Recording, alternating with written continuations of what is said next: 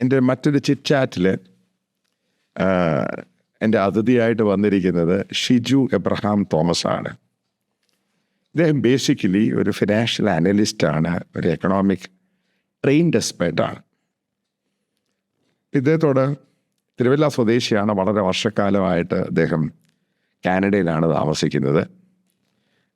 ലോകപ്രശസ്തമായ പല ഓഡിറ്റും പ്രോജക്റ്റും ഒക്കെ ഉണ്ടാക്കുന്ന പല ഫേമുകളിൽ വർക്ക് ചെയ്തിട്ടുണ്ട്. ഇദ്ദേഹവുമായിട്ട് ബന്ധപ്പെട്ട് നമ്മൾ ചോദിക്കുന്നത് ഇന്ത്യ അമേരിക്ക ടാരിഫ്, എന്താണ് ഇന്ത്യക്കുണ്ടായ ചില പാളിച്ചകൾ. ഇത് ഞാൻ പല വീഡിയോ കൂടെ പറഞ്ഞിട്ടുണ്ട്. അമേരിക്കൻ ടാരിഫുമായി ബന്ധപ്പെട്ട് ഇന്ത്യയുടെ പല രീതികളിലും നമുക്ക് പല നഷ്ടങ്ങളുണ്ടായിട്ടുണ്ട് ട്രംപിൻ്റെ സമയത്ത്. കാരണം ഈ ട്രംപിൻ്റെ സമയത്ത് ഇന്ത്യക്ക് വളരെയധികം മുന്നോട്ട് പോകാമായിരുന്നു. അപ്പോൾ ആ ടോപ്പിക്കൊക്കെയാണ് ഷിജുവായിട്ട് സംസാരിക്കുന്നത്. ഷിജു അതുമായിട്ട് ബന്ധപ്പെട്ട് വെൽ സ്റ്റഡീഡാണ്. ഷിജു, നമസ്കാരം. നമസ്കാരം. Thank you. ഷിജു, ഇപ്പം ഈ പറയുന്ന ടാരിഫുമായിട്ട്, ഇന്ത്യ അമേരിക്ക ടാരിഫുമായിട്ട് ബന്ധപ്പെട്ട് ഏകദേശം 5ഓളം മാസങ്ങൾ അൺസർട്ടനിറ്റി, അതേപോലെ American punitive tariff, reciprocal tariff. അപ്പം അതിനുശേഷം ഇപ്പോൾ അറിയാൻ സാധിക്കുന്നത് H1B വിസയുടെ കാര്യമാണെങ്കിലും മറ്റുള്ള എഡ്യൂക്കേഷൻ വിസയുടെ കാര്യമാണെങ്കിലും ട്രംപ് ഇന്ത്യയുമായിട്ട്, മോദിയുമായിട്ട് പഴയ രീതിയിലോട്ട് ബന്ധം വരുന്നു എന്നാണ് അറിയാൻ സാധിക്കുന്നത്. ഇന്ത്യയുടെ ട്രേഡ് മിനിസ്റ്റർ പീയൂഷ് ഗോയലാണെങ്കിലും അമേരിക്കൻ ട്രേഡ് സെക്രട്ടറി ആണെങ്കിലും ഏതാണ്ട് ഹിന്റ് തന്നു കഴിഞ്ഞു. ഡിസംബറിലോ ജാനുവരിയിലോ ഇത് ഫൈനൽ എഗ്രിമെൻ്റ് സൈൻ ചെയ്യും. ഇതിനകത്ത് ഷിജുന് ഏത് രീതിയിലുള്ള ഇന്ത്യക്ക് ഒരു സെറ്റ് ബാക്ക് ഉണ്ടായിട്ടുണ്ട്. ഏകദേശം ഗവൺമെൻറ് ഓഫ് ഇന്ത്യ 45,000 ക്രോസാണ് എക്സ്പോർട്ടേഴ്സിന്, അതായത് അമേരിക്കൻ ബേസ്ഡ് എക്സ്പോർട്ടേഴ്സിന് റിലീഫ് പാക്കേജ് പ്രഖ്യാപിച്ചിരിക്കുന്നത്. അത് ഹ്യൂജ് എമൗണ്ട് ആയത്. ഇപ്പം ഏത് രീതിയിലുള്ള പെർസെപ്ഷനാണ് നിങ്ങളിത് നോക്കിക്കാണുന്നത്? Mathew, thank you. First of all, ഈ ഒരു ചിറ്റാറ്റിനകത്ത് വരുന്നതിനകത്ത് റിയലി ഗ്ലാഡ്. ഒരു വിഷയം എന്ന് പറയുന്നത്, പ്രത്യേകിച്ചും വിഷയങ്ങളൊക്കെയാണെങ്കിൽ, ഈ രണ്ടാം തവണ ഈ ട്രംപ് അധികാരത്തിൽ വരുമ്പോൾ ഇന്ത്യക്ക് വലിയൊരു പ്രതീക്ഷയുണ്ടായിരുന്നു. വ്യക്തിപരമായിട്ട് നോർത്ത് അമേരിക്ക ജീവിക്കുന്നതായിരിക്കും ഇന്ത്യ ഒരു ഇന്ത്യക്കാരെന്നുള്ള അഭിമാനവും തീർച്ചയായിട്ടും നരേന്ദ്രമോദിയുടെ കാലത്ത് ഇന്ത്യക്ക് വലിയൊരു ഗ്ലാമർ ഇന്ത്യക്ക് പുറത്തുണ്ടായിട്ടുണ്ട്. അത് ഇന്ത്യക്കാരെന്ന് പറഞ്ഞ അഭിമാനം വെരി മച്ച്. അത് സത്യമാണത്. Basically pride to be an Indian എന്ന് പറയുന്നത്. അതെ, proud to be an Indian. ആ ഒരു വികാരം ഉണ്ടായിരുന്നു. അത് തീർച്ചയായിട്ടും മോദിയുടെ കാലത്ത് വളരെ വളർത്തിയെടുത്തു എന്ന് മാത്രമല്ല, ആ ഒരു പ്രഭയുടെ പുറത്ത് ട്രംപുമായിട്ടുള്ള ട്രംപിൻ്റെ കാലത്തെ ഗവൺമെൻറ്റിനകത്ത് മോദിക്കുണ്ടായിരുന്ന ബന്ധവും മറ്റു പല വിദേശ പലപ്പോഴും പല വിദേശ രാജ്യങ്ങളിലും ഇന്ത്യക്ക് കിട്ടുന്ന പ്രാധാന്യം എന്ന് പറയുന്നത് അമേരിക്കയുമായിട്ടുള്ള പ്രോക്സിമിറ്റി ഉണ്ടായിരുന്നു, അമേരിക്കയുമായിട്ടുള്ള ബന്ധം കൊണ്ടായിരുന്നു നമുക്കുണ്ടായിരുന്നു. ഈ പറയുന്ന അംഗീകാരം പോലും പലപ്പോഴും പല രാജ്യങ്ങളിലും. എന്നിരുന്നാലും രണ്ടാം തവണ ട്രംപ് അധികാരത്തിൽ വരുമ്പോൾ തീർച്ചയായിട്ടും വലിയൊരു പ്രതീക്ഷ, ഒരു ഇന്ത്യക്കാരനുള്ള വലിയ പ്രതീക്ഷ. കാരണം എടുത്തു പറഞ്ഞാൽ ഒരു വിഷയം ഉറപ്പാണ്. കോവിഡ് എന്ന് പറയുന്ന സമയം ലോകത്തെ ആകമാനം ബാധിച്ചെങ്കിലും വ്യക്തിപരമായിട്ട് ബാധിച്ച ഒരു ഭരണാധികാരി എന്ന് പറയുന്നത് ട്രംപ് ആയിരുന്നു. അത് ചൈനയിൽ നിന്ന് ഉത്ഭവിച്ചു എന്നുള്ള തിയറി ശരിയോ തെറ്റോ, കഠിനമായിട്ട് ചൈനയുമായിട്ടൊരു ഒരു അനിമോസിറ്റി ഉണ്ട്. അതിൻ്റെ ഭാഗമായി തന്നെ രണ്ടാം തവണ അധികാരത്തിൽ ട്രംപ് എത്തുമ്പോൾ ചൈനയെ ഒതുക്കാൻ അമേരിക്ക ശ്രമിക്കുമെന്നും അത് ശക്തമായിട്ടൊരു സഹായിയായിട്ട് ഇന്ത്യ ഉണ്ടാകുമെന്നും ഒരു സാധാരണ ഒരു കോമൺ സെൻസ് ഉള്ള ഇന്റർനാഷണൽ പൊളിറ്റിക്സ് നോക്കുന്ന ആർക്കും അറിയാമായിരുന്നു. ആ ഒരു സാഹചര്യത്തിൽ ഇന്ത്യയിലേക്ക്, അതായത് ഈ ടാരിഫ് എന്ന് പറയുന്ന വിഷയം, അതിലേക്ക് ഒന്ന് സംസാരിച്ച് വരാം. അതായത് ടാരിഫ് അമേരിക്ക പ്രഖ്യാപിക്കുമ്പോൾ ലോകം മുഴുവൻ കിടുങ്ങുകയാണെന്ന് പറഞ്ഞാൽ എല്ലാ രാജ്യങ്ങളും ഈ ടാരിഫുണ്ട്. അതെന്ത് അമേരിക്കയ്ക്ക് അവരുടെ രാജ്യത്തെ പ്രൊട്ടക്റ്റ് ചെയ്യാനായിക്കൂടെ? അപ്പോൾ അതിന് നമ്മൾ അമേരിക്കയെ പഴിക്കുന്നതിന് പകരം ഡിപ്ലോമസി എന്ന് പറയുന്നതുമായിട്ട് വർക്ക് ചെയ്യാൻ ശ്രമിക്കാനും വേണ്ടിയത്. എവിടെയാണ് ഇന്ത്യക്ക് പാളിതെന്ന് ചോദിച്ചാൽ, ശരിക്കും പറയുകയാണെങ്കിൽ പാകിസ്ഥാനുമായിട്ടുള്ള ഇഷ്യൂ, ഓപ്പറേഷൻ സിന്ധു, ആ ഭാഗം വരെ അമേരിക്ക ഇന്ത്യയും തമ്മിൽ വലിയ അടുത്ത ബന്ധമായിരുന്നു. മാത്രമല്ല ചൈനയ്ക്ക് ബദലായിട്ട് ഇന്ത്യ മാത്രമേ ഉള്ളായിരുന്നു ആ ഏഷ്യൻ രാജ്യങ്ങളിൽ. ഇന്ന് ഇന്ത്യക്ക് പറ്റിയ ഏറ്റവും വലിയ പരാജയം എന്ന് പറയുന്നത് ചൈനയ്ക്ക് ബദലായിട്ട് ഏഷ്യയിലെ എല്ലാ രാജ്യവും ഉണ്ടെന്ന് മാത്രമല്ല, ഇന്ത്യ അതില്ലതാണ്. അതാണ് കറക്റ്റ്. കാരണം വിയറ്റ്നാം, കംബോഡിയ, ഈ പറയുന്ന രാജ്യങ്ങൾ മുഴുവൻ ഇൻ ബിറ്റ്വീൻ ടൈം. അതെ, ഏഷ്യ എന്ന് പറയുന്ന സംഭവം എന്നാലോചിക്കണം. അതിനകത്ത് ട്രംപ് പോകുക എന്ന് പറയുന്നത് അതിൻ്റെ ഒരു മഹത്വം കൊണ്ടല്ല, അതൊരു പൊളിറ്റിക്കൽ ഒരു ബേസാണ് എന്താ ബിൽഡ് ചെയ്യുന്നത്. ഇന്ത്യ പാകിസ്ഥാൻ ഇഷ്യൂ ഉണ്ടാകുമ്പോൾ പലതാണ്ടുണ്ടാകുന്ന ഇഷ്യൂ തികച്ചും നിരാശാനുഭവമായിട്ട് ദുഃഖകരവുമാണ്. പക്ഷെ അതിനോട് ഇന്ത്യ പ്രതികരിച്ച രീതിയില്ല. അന്ന് ഇന്ത്യ പ്രതികരിക്കാതിരുന്നില്ലെങ്കിൽ അമേരിക്കയുമായിട്ട് ചേർന്ന് ഒരു 4 വർഷക്കാലം ഒരു എക്കണോമിക് ഗ്രോത്ത് ഫോക്കസ് ചെയ്തിരുന്നെങ്കിൽ ഇന്ത്യയുടെ ഇന്ത്യയുടെ നിലയിൽ കളിക്കാൻ പാകിസ്ഥാൻ ഭാവിയിൽ ഒരിക്കലും അടുത്ത് വരത്തില്ലായിരുന്നു. വളരെയേറെ ഇന്ത്യ ഉയർന്നു പോയി. അല്ല, ചൈന പോലും വരത്തില്ലായിരുന്നു. ചൈന വരുമെന്നില്ല, അതിലേക്ക് ഒരു ഇഷ്യൂ വരുന്നില്ല. കാരണം ഇന്ത്യ പാകിസ്ഥാൻ ആ ഇഷ്യൂവിനകത്ത് ഇന്ത്യയുടെ ഇമേജ് വർദ്ധിക്കുകയല്ല ചെയ്തത്, പാകിസ്ഥാൻ്റെ ഇമേജ് വർദ്ധിക്കുകയാണ് ചെയ്തത്. പാകിസ്ഥാനെ ഇന്റർനാഷണൽ സ്റ്റേജിലേക്ക് ഒരു ടെററിസ്റ്റ് രാജ്യം എന്ന നിലയിൽ നിന്ന് മാറ്റി ഒരു മഹത്തായ സംഭവമാക്കി ചിത്രീകരിക്കാനുള്ള സാഹചര്യം ഇന്ത്യ ഉണ്ടാക്കി കൊടുത്തു. അതാണ് അതിൻ്റെ ബൈ പ്രോഡക്റ്റ് എന്ന് പറയുന്ന സംഭവം നമ്മൾ ചിന്തിക്കുന്നതിന് അപ്പുറമാണ്. ഈ പറയുന്ന തമാശയൊന്നുമല്ല. ഈ പാകിസ്ഥാൻ ഇതേപോലൊരു പ്ലാറ്റ്ഫോം ഉണ്ടാക്കി കൊടുത്തു കഴിഞ്ഞപ്പോൾ ആലോചിക്കാതെ, കാരണം ഇത് ചെറിയ ഇഷ്യൂ അല്ല. ഇവിടെയുള്ള പല ഈ മതം വെച്ച് കളിക്കുന്നവർക്കും ഈ പറയുന്ന സംഘപരിവാറുകാരന് അതിൻ്റെ യഥാർത്ഥ ഇഷ്യൂ മനസ്സിലായിട്ടില്ല. ഈ അറബ് രാജ്യങ്ങളാണെങ്കിലും യൂറോപ്യൻ രാജ്യങ്ങൾക്കും ട്രംപ് ത്രൂ പാകിസ്ഥാന് ഓപ്പറേഷൻ സിന്ധുവിന് ശേഷം കിട്ടിയ അക്സെപ്റ്റൻസ് കറക്റ്റ്, അത് വളരെ വലുതാണെന്ന് മാത്രമല്ല, പലപ്പോഴും നമ്മൾ ഈ നമ്മുടെ ഭാഗത്തിലൊരു ഒരു കൂപമണ്ഡൂപം, ഒരു പൊട്ടക്കണക്കിലെ തവള പോലെ നമ്മൾ കിട്ടുന്ന ഇൻഫർമേഷൻ്റെ ഭാഗമായിട്ട് നമ്മൾ പലപ്പോഴും ഈ ഇന്റർനാഷണൽ പൊളിറ്റിക്സിനകത്ത് അമേരിക്കയുടെ ശക്തി നമ്മൾ കാണുന്നില്ല. പലപ്പോഴും നമ്മൾ കുറച്ച് കാണാൻ ശ്രമിക്കുക. നമ്മൾ കരുതുന്നത് ഈ പൊളിറ്റിക്സ് എന്ന് പറയുന്നത് ഏതാണ്ട് സദാചാര മൂല്യങ്ങളുള്ള പ്രത്യേക സാധനമാണ്. ഇതെന്ന് പറയുന്നത് ഒരു ചതുരംഗമാണ്. ഇതൊക്കെ ചതിയും ഒക്കെയുടെ ഭാഗം. അപ്പം അത് മാനേജ് ചെയ്യുക ഡിപ്ലോമസി എന്ന് പറയുന്നത്.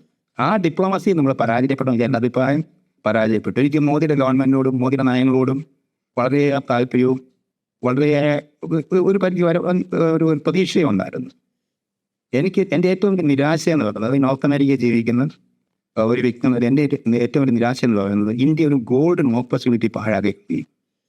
നല്ലൊരു ഓപ്പർച്യൂണിറ്റി ആയിരുന്നു, അത് പാഴാക്കി. 4 വർഷക്കാലം അമേരിക്കയുമായിട്ട് മാനേജ് ചെയ്ത് വരുന്നു. ഒരു കാര്യം, ടാരിഫ് കൊണ്ടു കഴിഞ്ഞപ്പോഴത്തേക്കും, ചൈനയ്ക്കെതിരെ ടാരിഫ് കൊണ്ടു കഴിഞ്ഞപ്പോഴത്തേക്കും ചൈനയിൽ ഒരു ഇൻഡസ്ട്രിയൽ മൈഗ്രേഷൻ ഉണ്ടാകുന്നുണ്ട്. അതായത് ചൈനയിൽ പ്രൊഡ്യൂസ് ചെയ്യുന്ന സാധനങ്ങൾക്ക് അമേരിക്കയിലാണ് ടാരിഫ് ഉണ്ടാകുന്നുള്ളത് കൊണ്ട് ചൈനയ്ക്ക് പുറത്ത് മാനുഫാക്ചർ ചെയ്യുക. വളരെ ഉദാഹരണം എന്ന് പറഞ്ഞാൽ, ആപ്പിൾ കമ്പ്യൂട്ടർ $100 ബില്യൺ ഇന്ത്യയിൽ ഇൻവെസ്റ്റ് ചെയ്യാൻ നിശ്ചയിച്ചു. അതായപ്പോഴത്തേക്ക് ഇൻഡസ്ട്രിയൽ മൈഗ്രേഷൻ ഉണ്ടാകുന്നത്. ഇപ്പോൾ ഒരു പരിധി വരെ ആ ഇൻഡസ്ട്രിയൽ മൈഗ്രേഷൻ തടയാൻ വേണ്ടി ചൈന ഇൻട്രസ്റ്റ് ഉണ്ടാക്കിയതാണോ അല്ല ഇന്ത്യയുടെ ഭാഗത്ത്?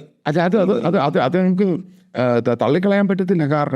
കാരണം ചൈനയ്ക്കാണ് ഏറ്റവും കൂടുതൽ ഇന്ത്യ അമേരിക്ക ബന്ധത്തിൽ സെറ്റ് ബാക്ക് ഉണ്ടാകാൻ പോകുന്നത്. അതെ, ഇൻഡസ്ട്രിയൽ മൈഗ്രേഷൻ മാത്രമൊന്നുമല്ല, അവിടുത്തെ ഹബ്ബ്, അതായത് മാനുഫാക്ചറിങ് ഹബ്ബ് എന്ന് പറയുന്നതിൻ്റെ അകത്ത് കോവിഡിന് ശേഷം ട്രംപ് എടുത്ത പല തീരുമാനങ്ങൾ, അതേപോലെ യൂറോപ്യൻ യൂണിയൻ രാജ്യങ്ങളെടുത്ത ഡീലിംഗ് ചൈനയുമായിട്ട്, അടുത്ത അവർക്കൊരു ഡെസ്റ്റിനേഷൻ വേണം, ഇന്ത്യയിലോട്ടാണ് വരുന്നത്. അതുകൊണ്ടാണ് ഞാനിത് ശക്തമായ രീതിയിൽ ഈ ഓപ്പറേഷൻ സിന്ദൂറും അതിനുശേഷം ഇന്ത്യൻ ഡിപ്ലോമസി അറ്റാക്ക് ചെയ്തത്. കാരണം ഫ്യൂച്ചർ ഇന്ത്യ എന്ന് പറയുന്നത് ഇവരീ പറയുന്ന 4ാമത്തെ എക്കോണമി ആൻഡ് നോൺസെൻസ്, അത് ബേസിക്കലി നോൺസെൻസ് ഈ പറയുന്നത്. ഒരു വിഷയം ശ്രദ്ധിക്കും, ഞാൻ കംപ്ലീറ്റ് ഇപ്പം ഈ 4 ട്രില്യൺ എക്കോണമി എന്ന് പറയുമ്പോൾ ബാക്കിയുള്ള രാജ്യങ്ങളിലെ എക്കോണമി വളരെ ചെറുതാണ്. അമേരിക്കയും ചൈനയും കഴിഞ്ഞ് ബാക്കിയെല്ലാം ചെറുതാണ് മാത്രമോ. അതെ, ഇന്ത്യ ഏകദേശം 10 ട്രില്യൺ എക്കോണമി വരാൻ പോകുന്ന 4 വർഷത്തിൽ ഉണ്ടായാൽ ആലോചിച്ചിട്ടുണ്ട് ഇന്ത്യ എവിടെ പോയി നിൽക്കുമെന്ന്. അതും ചിന്തിക്കാനുള്ള ബോധം ഇവിടുത്തെ പല എക്കണോമിസ്റ്റുകൾ കൊണ്ടില്ലാതെ. കാരണം ട്രംപിനെ ഉപയോഗിച്ച് ചെയ്യാം. അതേ ബന്ധമായിരുന്നു ട്രംപും മോദിയും തമ്മിൽ. അതെ, ഇന്ത്യയുമായിട്ടുള്ള ഒരു വലിയ ആത്മബന്ധം ഉണ്ടായിരുന്നു അമേരിക്കയ്ക്ക്. അത് ഒരു JD Vance, American vice president, ഇന്ത്യയിലുള്ള പ്രധാന ഇഷ്യൂ ഉണ്ടാകുന്നത്. അന്ന് JD വാൻസ് പറഞ്ഞൊരു ഭാഗമുണ്ട്. അതായത് ഇന്ത്യ 5ാമത്തെ എക്കോണമിയിൽ നിന്ന് നമ്മൾ 500 ബില്യൺ ട്രേഡിലേക്ക് കൊണ്ടുവരും. എനിക്ക് വലിയൊരു, അതായത് ഇന്ത്യയും അമേരിക്കൻ മാർക്കറ്റ് കൊണ്ടുവരും. അത് ഓഫറാണ് ഗവൺമെന്റിന്റെ. അത് കൂടാതെ പറയുന്നു 5ാമത്തെ സ്ഥാനത്ത് നിന്ന് ഇന്ത്യ 3ാം സ്ഥാനത്ത്, അതായത് ഇനിയും വരുന്ന ജപ്പാനെയും ജർമ്മനിയെയും കടത്തിവെട്ടി ഇന്ത്യ 5ാം സ്ഥാനത്ത് 3ാം സ്ഥാനത്ത് വരും. ഇപ്പോൾ ഒരു 5 ട്രില്യൺ ഡോളറിന്റെ GDP എത്തിക്കൊള്ളുന്നു. പക്ഷെങ്കിൽ 19-20 ചൈന നിൽക്കുന്നത്. അപ്പോൾ JD വാൻസിനോടൊപ്പം പറഞ്ഞ ഭാഗമുണ്ട്, ഇഫ് നോട്ട് ദ സെക്കൻഡ്, അല്ലെങ്കിൽ 2 2 പറയുന്നത് ഒരിക്കലും 4 വർഷം കൊണ്ട് ഇന്ത്യ 21 ബില്യൺ ഉണ്ടാക്കുകയല്ല ചെയ്യുന്നത്. 20 ബില്യൺ നിന്ന് ചൈനയെ വലിച്ച് താഴെ ഇടുമെന്ന് തന്നെ ഉണ്ടാകും. അതെ, ട്രില്യൺ. അതെ, ട്രില്യൺ. ബേസിക്കലി അത് തന്നെയാണ്. ബേസിക്കലി നമ്മളിത് ഗ്ലോബൽ എക്കോണമിയും ജിയോ പൊളിറ്റിക്സ് നോക്കുവാണെങ്കിൽ അമേരിക്കയ്ക്ക് ഇന്ത്യ എന്ന് പറഞ്ഞ രാജ്യം ചൈനയെ കൗണ്ടർ ചെയ്യാൻ വേണം. അതിൻ്റെ പേരിൽ വേണമായിരുന്നു. അതിനു വേണ്ടിയാണ് ഈ കോഡെന്ന് പറഞ്ഞ ട്രംപ് ഇന്ത്യക്ക് ഇത്രയും പ്രാധാന്യം കൊടുത്തത്.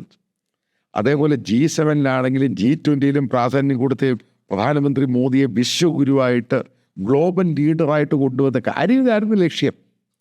പക്ഷേ ഓപ്പറേഷൻ സിന്ദൂർ ബേസിക്കലി അത് ഡീറെയിൽ ചെയ്തു എന്ന് വിശ്വസിക്കുന്ന ഒരാളാണ് ഞാനിന്ന്. ഞാനും പരിപൂർണമായിട്ട് വിശ്വസിക്കുന്നത് മാത്രമല്ല, അത് കറക്റ്റ് ചെയ്യാനുള്ള അവസരങ്ങൾ പാഴാക്കിക്കളയുകയും ചെയ്യും. അതിനുശേഷം ഇന്ന് സംഭവിക്കുന്നതെന്ന് പറഞ്ഞാൽ, എൻ്റെ വ്യക്തിപരമായ അഭിപ്രായം, നരേന്ദ്രമോദിക്കുണ്ടായിരുന്ന ഇൻ്റർനാഷണൽ പ്ലാറ്റ്ഫോമിൽ ഒരു വേൾഡ് ലീഡർ എന്നുള്ള നരേന്ദ്രമോദിക്കുണ്ടായിരുന്ന ആ ഒരു സ്റ്റേറ്റസ് ഇന്നില്ല. ഇനിയും അതേപോലെ തിരിച്ചു വരുന്ന അതേ ഒരു ബാലൻസ് റിലേഷൻഷിപ്പിനകത്ത് ഉണ്ടാകുന്ന സംശയമുണ്ട്. അതൊക്കെ ഏറ്റവും വലിയ അബദ്ധം കാണിച്ചത് റഷ്യയും ചൈനയുമായിട്ടുള്ള ഒരു സൗഹൃദം നമ്മൾ വെളിവാക്കി. അല്ലെ, സൗഹൃദത്തെക്കാൾ ഉപരി അവിടെ പോയി കാണിച്ച ഡ്രാമയാണ്. പെട്ടെന്ന് കുട്ടിനെ കെട്ടിപ്പിടിക്കുന്നു, ഷീ ജിൻപിങ്ങിനെ പെട്ടിപ്പിടിക്കുന്നു, കൈ പിടിക്കുന്നു. ഇത് ബേസിക്കലി അമേരിക്കയ്ക്ക് ചൊറിയും. അമേരിക്കയ്ക്ക് മാത്രമല്ല, യൂറോപ്യൻ രാജ്യങ്ങൾക്ക് ഇഷ്ടമല്ല. അതെ, ചൊറിയുന്നതിനേക്കാൾ കൂടുതൽ വിഷയം നമ്മളെ വിശ്വസിക്കാൻ പറ്റും എന്നൊരു സംശയം. അതാണ് അത് ട്രസ്റ്റബിൾ പാർട്ട്ണർ. അത് എനേബിൾ ആണോ എന്നുള്ള ക്വസ്റ്റ്യൻ ഉണ്ട്. കാരണം എങ്ങനെ വിശ്വസിക്കാൻ സാധിക്കും?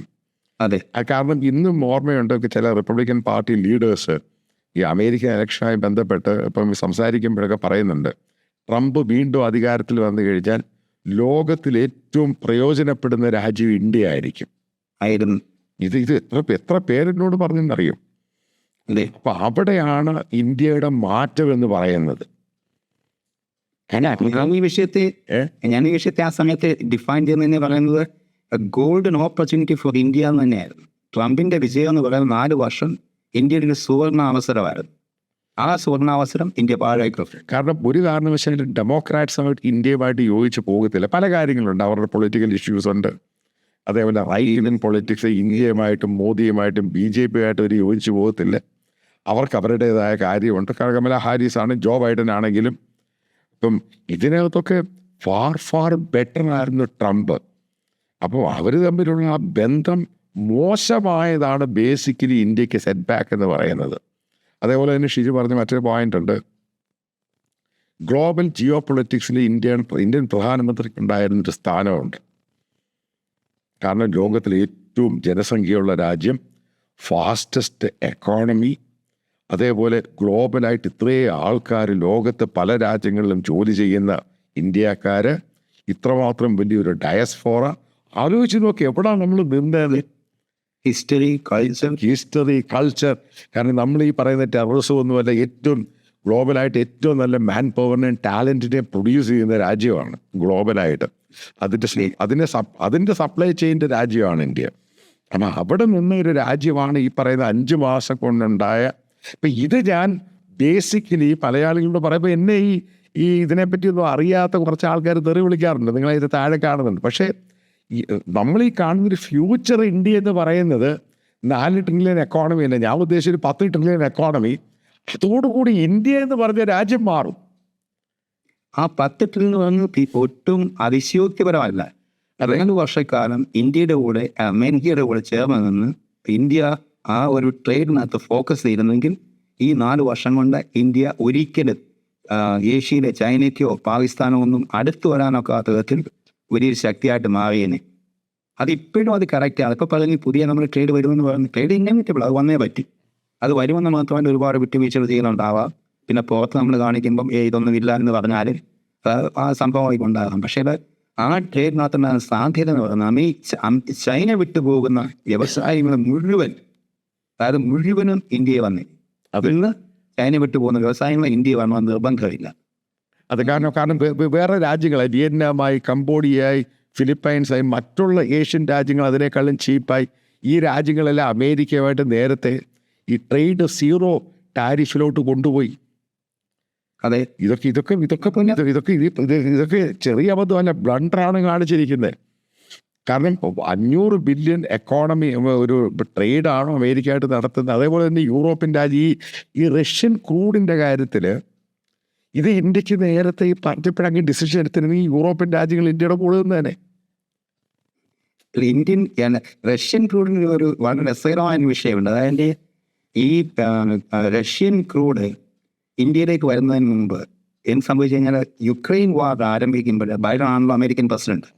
അപ്പോൾ അത് കഴിഞ്ഞപ്പോഴത്തേക്കും ഇവർക്ക് വേണ്ടിയിരുന്നതെന്ന് പറയുന്നത് റഷ്യയിൽ നിന്നുള്ള വലിയ തോതിലുള്ള എണ്ണ ഉൽപ്പാദനം ഇന്റർനാഷണൽ മാർക്കറ്റ് വരാതിരിക്കുകയാണെന്നുണ്ടെങ്കിൽ ലോകത്ത് എണ്ണ വില വർദ്ധിക്കും. അത് ഒഴിവാക്കാനായിട്ട് ജോ ബൈഡൻ പേഴ്സണലി സൗദി അറേബ്യയിൽ പോയി ഇന്ന് പറയുന്ന MBS എന്ന് പറയുന്ന ക്രൗൺ പ്രിൻസിനെ കണ്ട് ഒപ്പേക്കിൻ്റെ ഓയിൽ പ്രൊഡ്യൂസിംഗ് രാജ്യങ്ങളുടെ എണ്ണ ഉൽപ്പാദനം വർദ്ധിപ്പിക്കണമെന്ന് പറഞ്ഞത് വളരെ ഹ്യൂമിലിയേറ്റിംഗ് ആയിട്ട് രീതിയിൽ, ഞാൻ വളരെ കളിയാക്കുന്ന രീതിയിൽ, അല്ലെങ്കിൽ വളരെ ആ ഒരു രീതിയിൽ ഒക്കത്തില്ല എന്ന് സൗദി അറേബ്യ പറഞ്ഞു. അന്ന് നമ്മൾ പറയുമായിരുന്നു ട്രംപ് ആണ് സൗദി അറേബ്യ നിയമം ചോദിക്കുമായിരുന്നു. പക്ഷെ പറഞ്ഞതിന് കാരണം എന്താണ്, ഈ MPs ഓർക്കുണ്ടാകുന്ന ഖഷോഗിന് കേസുണ്ട്. അതെനിക്കറിയാം. ഖഷോഗി വിഷയത്തിനകത്ത് ടർക്കിയിലെ നമ്മുടെ ബൈഡൻ സ്വീകരിച്ച ഒരു സ്റ്റാൻഡ് എന്ന് പറയും. കാരണം ഇയാളെ അറസ്റ്റ് ചെയ്ത് അകത്തിടുമെന്ന്. ഇപ്പൊ മന്ദാനി എന്തോ ഇസ്രയേൽ പ്രൈം മിനിസ്റ്റർ എന്ന് പറയുന്നു. എനിക്കറിയാം. കാരണം ഇയാൾ ഇലക്ഷൻ സമയത്ത് പറഞ്ഞതാണ്. കാരണം അവിടുത്തെ ഗ്രീൻ കാർഡ് ഹോൾഡറാണ്, വാഷിംഗ്ടൺ പോസ്റ്റിന്റെ റിപ്പോർട്ടറായിരുന്നു. അപ്പം അയാളെ പിടിച്ച് അറസ്റ്റ് ചെയ്ത് അകത്തിടുമെന്ന് പറഞ്ഞു കഴിഞ്ഞപ്പോഴേ, കാരണം ആരെയാ ഈ പറഞ്ഞ MBS അറസ്റ്റ് ചെയ്യുന്നത് പറഞ്ഞേ. അതിപ്പം ഉദാഹരണത്തിന് മന്ദാനിയാണ് ഉണ്ടാക്കി ന്യൂയോർക്ക് മേയറായി വന്നിരിക്കുന്ന അദ്ദേഹം എന്നുള്ള നെതന്യാഹുവിനെ അറസ്റ്റ് ചെയ്യുമെന്ന് പറഞ്ഞു. അതുപോലൊരു ഈ അറസ്റ്റ് ചെയ്യുമ്പോൾ ഇവർ ചെയ്യത്തില്ല. പക്ഷേ ആ ബന്ധം എന്ന് പറയുന്നത് വളരെ മോശമായ രീതിയിലേക്ക് ആരെയോ പ്രീതിപ്പെടുത്താൻ വേണ്ടി ചെയ്യുന്നതാണ്. പക്ഷെ അങ്ങനെ വന്നപ്പോൾ ഒപ്പേക് പ്രൊഡക്ഷൻ കൂടത്തില്ല, പകരം ഓയിൽ വില കൂടുമെന്ന് കണ്ടപ്പം ഇന്ത്യയെ അമേരിക്ക അപ്രോച്ച് ചെയ്തതാണ്, ഇന്ത്യയോട് ആവശ്യപ്പെട്ടതാണ് റഷ്യയിൽ നിന്ന് ഓയിൽ വാങ്ങിക്കാൻ. അതാണ് കറക്റ്റ്. ഗവൺമെന്റ് ജനുവിനായിട്ടുള്ള വ്യക്തികളാണ്. പിന്നെ നമ്മൾ വാങ്ങിച്ചു കഴിഞ്ഞപ്പോൾ എന്ത് സംഭവിച്ചെന്ന് ചോദിച്ചു കഴിഞ്ഞാൽ, ഈ വ്യവസായം ആ ട്രേഡിനെ പറ്റി അതിനുള്ള അർത്ഥത്തെ പറ്റി നമുക്ക് ചിന്തിക്കേണ്ട കാര്യമില്ല. പക്ഷേ ഈ ഒരു ടൈ കട്ട് ചെയ്യാനായിട്ട് ഇന്ത്യയോട് ആവശ്യപ്പെടുന്നു, ട്രംപ് ആവശ്യപ്പെടുന്നു. അവിടെയും ഒരു പരിധി വരെ ജയശങ്കർ വളരെ അപ്രീഷിയേറ്റ് ചെയ്തതിലൊക്കെ സ്റ്റേജിലൊക്കെ പോയിരുന്നെങ്കിലും ജയശങ്കർ അത്രമാത്രം ഈ കാര്യത്തിനകത്ത് ഡിപ്ലോമാറ്റിക്കലി വിജയിച്ചെന്ന് ചോദിച്ചു കഴിഞ്ഞാൽ എനിക്ക് അല്ല, എനിക്ക് അതിൻ്റെ ഫെയിലിയറായിട്ടാണ് തോന്നുന്നത്. കാരണം ഈ യൂറോപ്യൻ രാജ്യങ്ങളുടെ താല്പര്യമാണ് ഈ വാർ നിർത്തുക. അതെ, കാരണം അവരുടെ എക്കോണമിയെ ബാധിക്കുന്നുണ്ട്, ആ രാജ്യങ്ങളുടെ സസ്റ്റൈനബിലിറ്റിയെ ബാധിക്കുന്നുണ്ട്, സെക്യൂരിറ്റിയെ ബാധിക്കുന്നുണ്ട്. കാരണം അതാണെങ്കിൽ നാറ്റോ എന്ന് പറയുന്ന യൂറോപ്പിൻ്റെ അവരുടെ ഡിമാൻഡാണ് അമേരിക്കയുടെ ഇൻ്റർവെൻഷൻ വന്ന് ട്രംപ് വരുമ്പം ട്രംപ് കംപ്ലീറ്റ് ആദ്യം ഉണ്ടായിരുന്ന ട്രംപല്ല കംപ്ലീറ്റ് യൂ ടേൺ ചെയ്ത് ഉക്രൈൻ്റെ കൂടായി. കാരണം അമേരിക്കയെ ബാധിക്കാൻ തുടങ്ങി ഇഷ്യൂ. അപ്പോൾ അതിനകത്ത് ട്രംപിൻ്റെ ധാരണ ഇന്ത്യ കൂടെ നിൽക്കുമെന്നായിരുന്നു. നിൽക്കുന്നതിനെ മറ്റ് വേറൊന്ന് ആലോചിച്ചിരുന്നെങ്കിൽ നമ്മൾ പലപ്പോഴും ചിന്തിക്കുകയും പല ഇവിടുത്തെ എക്കണോമിക് ഫോറം നമ്മൾ സംസാരിക്കാനായിട്ടുള്ളതാണ്.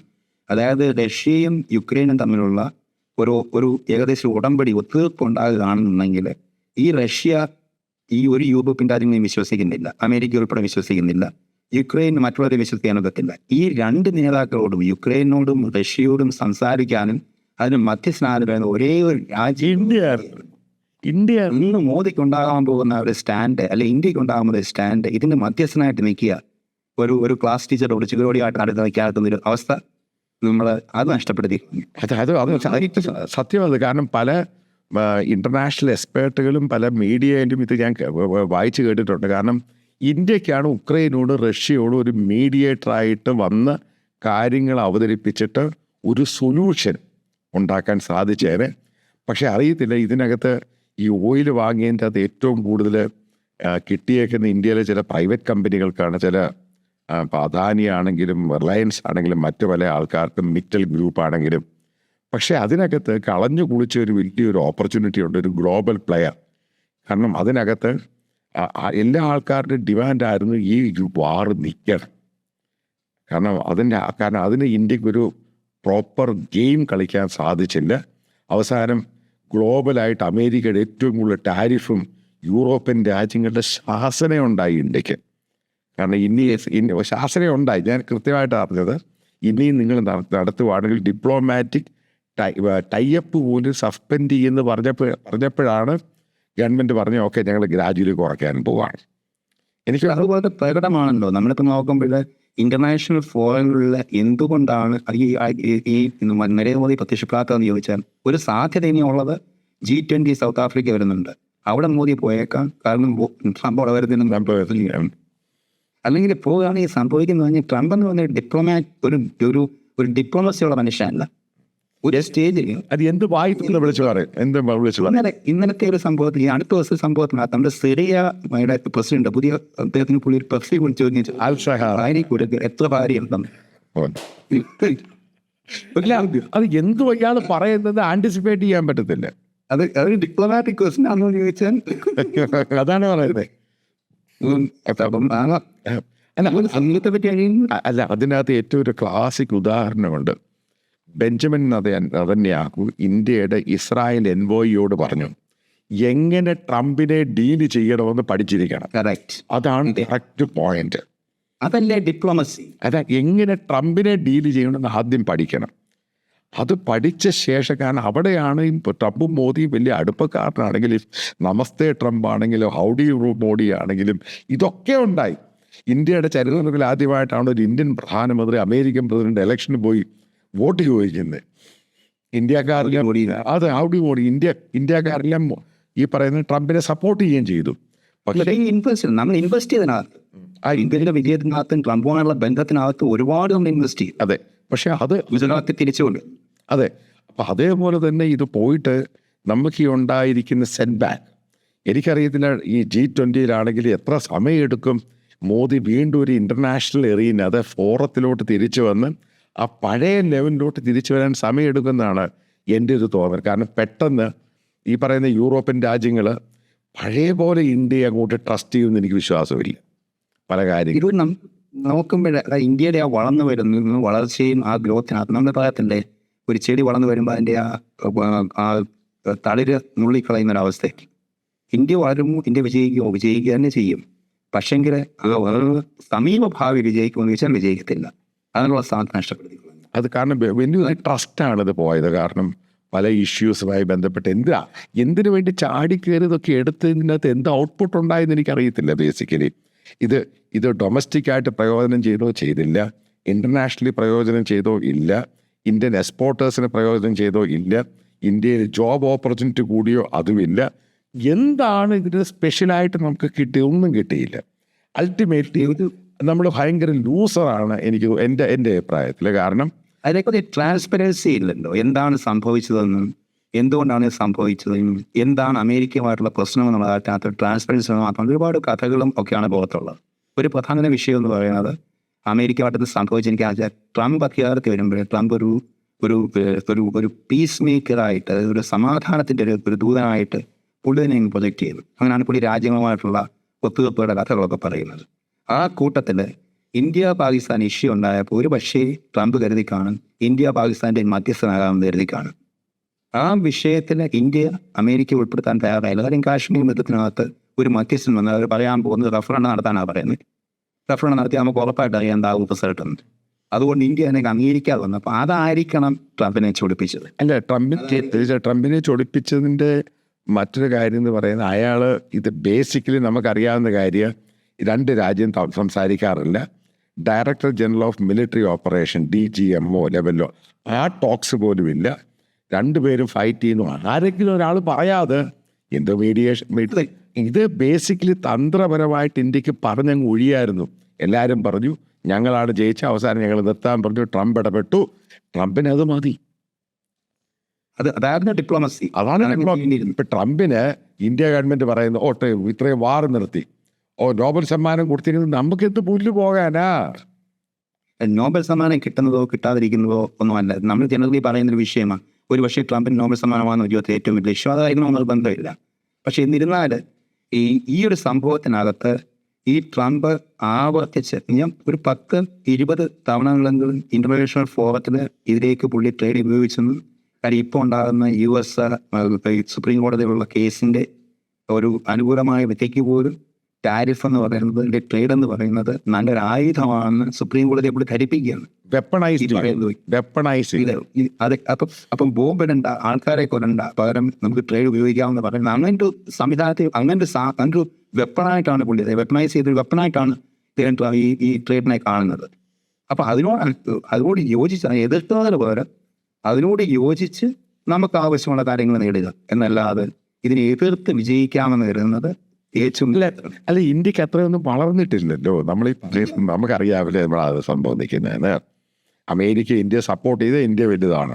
അമേരിക്ക ഇന്ത്യ യൂറോപ്പിൻ്റെ സപ്പോർട്ട് ചെയ്ത് ഇന്ത്യ അത്രയേ ഉള്ളൂ. അത് കഴിഞ്ഞ 5 മാസം കൊണ്ട് ഇന്ത്യൻ പ്രധാനമന്ത്രി എവിടെയും പോകുന്നില്ല. ഏതായാലും നല്ലൊരു ടോപ്പിക്കായിരുന്നു. അടുത്ത നല്ല ടോപ്പിക്കുമായിട്ട് വീണ്ടും ഷിജുവിനുമായിട്ട് കാണുന്നതായിരിക്കും. Thank you very much.